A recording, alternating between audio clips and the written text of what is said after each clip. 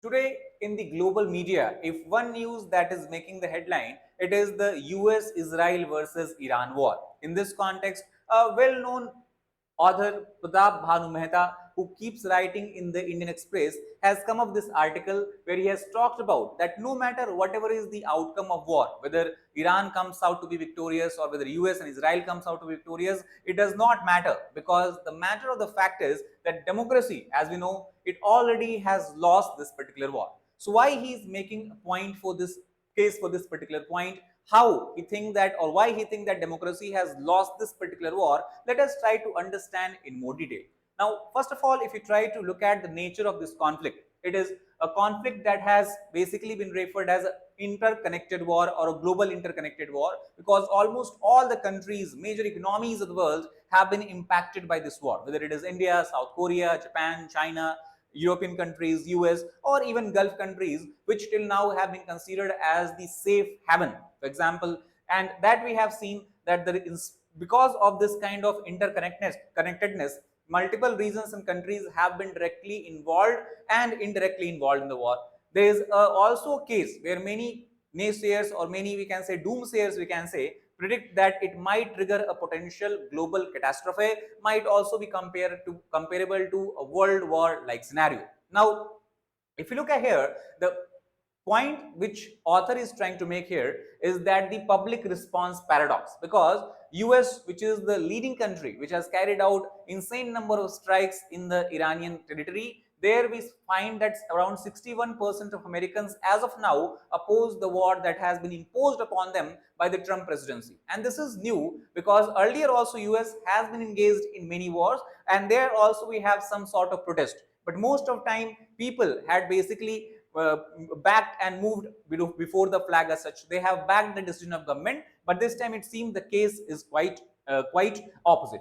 Similarly, we are seeing that protest in large scale has been carried out in many regions of United States of America. It has erupted just a couple of days back before, but still mass resistance like situation we are not seeing. People are simply protesting. These most of the protests are peaceful in nature. They are trying to put their point that why US should not be engaged in war, why it defeats the purpose for which people of United States of America has chosen Trump. He was projecting his image as a kind of president of peace, but now he has involved in a costly war. So overall, what we are seeing is that people of US, Israel, and many other countries where war is going on have accepted their fate, and they have basically resigned their fate in the hands of the government and administration.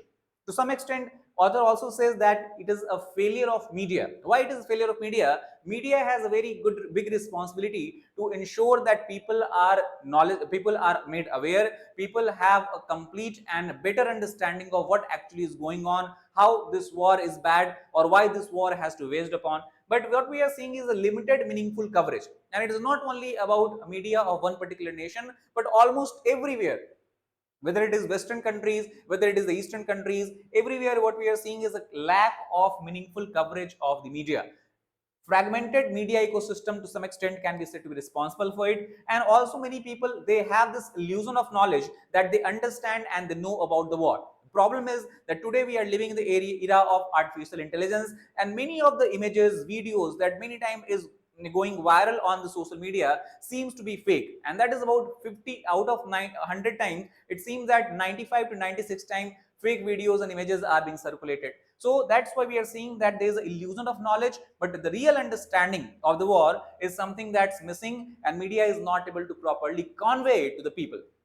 Similarly, the language that is being used either by the government or the media seems to be more sanitized in nature. Sanitized means the terms that are being used to represent this war is trying to hide the real violence. That's the point he has tried to make. For example, he has taken example of capabilities degraded, escalation logic, targeted operations, tactical advantage. Now, all this seems very kind of military jargons, and they are continuously being used by newspapers, print media, or any kind of audiovisual media as such. And that's why people do not try to think that how this war is causing catastrophe, how this war is causing problem to the common civilians, people who have lost their everything and they do not know how to live further as such. So the violence that has been ushered by this war seems to be hidden somewhere behind these military jargons and these technical terms. So because of the use of these terms, war to some extent has become abstract as far as the psyche and the mind of people are concerned. At the same time, war, because of this nature, because of this kind of coverage, because of this kind of language, author points out that it has reduced the public reaction against the war because they are not able to feel the pain, the violence that we are seeing in this war in reality as such. At the same time, because of continuous such confrontation we have seen taking place in the past couple of years, whether it is in the Russia Ukraine, whether it is in the Syria, whether it is in the current situation of Iran, a kind of moral fatigue seems to be gripping the mind of public or people as such. People are suffering from what author refers as psychological exhaustion. Psychological exhaustion means citizens feel powerless. They anyway try to think that it is governments who have to blame, it is the administration who has to take the decision as such, and thus the role of democracy somewhere seems to be lost, because in democracy it is the people who ensure that government is accountable to them, government takes decision which that benefits people or public en masse, public in large, but that seems to be not the case in this particular scenario. That means also he has claimed that many times public try to absolve themselves from the responsibility, because if they feel that the war is something that is not bad, or war is something that is not causing panic, violence and loss of life of civilians, innocent people, in that case they can deny it. They live in the state of denial, and that's how they try to absolve themselves from the responsibility they need to have, and the question that they need to ask to their leaders. So that is the other point he has made. At the same time, there is a selective concern. For example, there seems to be a bias in the global empathy. For example, when the Russia-Ukraine war was going on, entire European countries we can see were rallying behind, talking about the human right violation, talking about the loss of innocent civilians, and that is something which seems to be missing in this particular case as such. No unified global response. We also are seeing that UN has remained a mute spectator, where nothing significant has come out after the war was started, and overall the hierarchy of concern is something I can clearly see being established between the West and East. As far as the role of middle power is concerned, when you talk about middle power, author has referred to countries such as India, Japan, Canada. They largely have seemed to distance themselves from the war. They neither have categorically, we can say, condemned it, neither they have categorically stated that war is good or they are backing US on Israel as such. And this largely is because of the objective to avoid involving themselves in the active conflict. So this also has led to criticism by author, because these countries are not just sitting on the fence, it seems that they are completely inacting, they are not acting at all, and middle powers are neither middling nor powerful. That's the point author is trying to make, because middle power cannot use the term middle power unless and until they are ready to project this power whenever any situation that might affect the entire global order, entire global economy is at play. So trifling entities trapped in self-delusion, that's the harsh term being used by author to refer to these countries because of the actions or inaction, we can say, they have shown here. Now, other thing that is quite different this time is that the war being waged in Iran is an example of modern warfare, not a conventional warfare. And when we talk about modern warfare, we are talking about war is more being led by drones, led by assassination, missiles and all that. So actual involvement of human forces are relatively less. At the same time, we are being seen blatant targeting of even civilian infrastructure.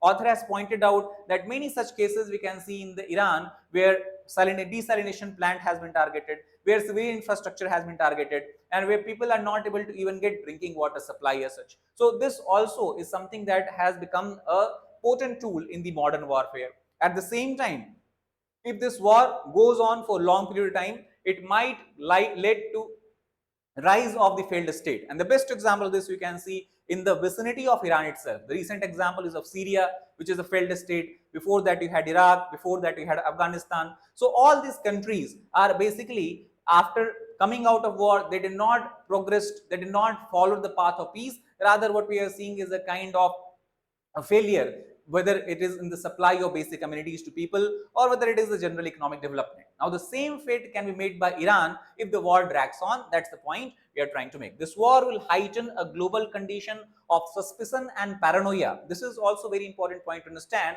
because people are not sure anymore that if a war starts tomorrow, whether the civilian infrastructure would not be targeted or not, or whether civilian infrastructure will be targeted or not, whether they will be safe or not. So this is something that will create a suspicion and paranoia as such. Now, final insight author has tried to give here is that war is physical as well as psychological. But the problem is the entire gamut of this war is not being captured either by media, and the government themselves are not able to clearly reflect on it. Second, there is a risk of nuclear escalation, because if you try to think, the main problem US and Israel have with Iran is the acquisition of nuclear weapon. And third, democracy all across the world. We are not talking about the regional power, we're not talking about the middle power or the global power, but we can see all across the world democracy have failed to respond against such kind of war. And the biggest institution democracy has built up after the World War II to prevent such kind of situation from taking place, that is the United Nations, it is also completely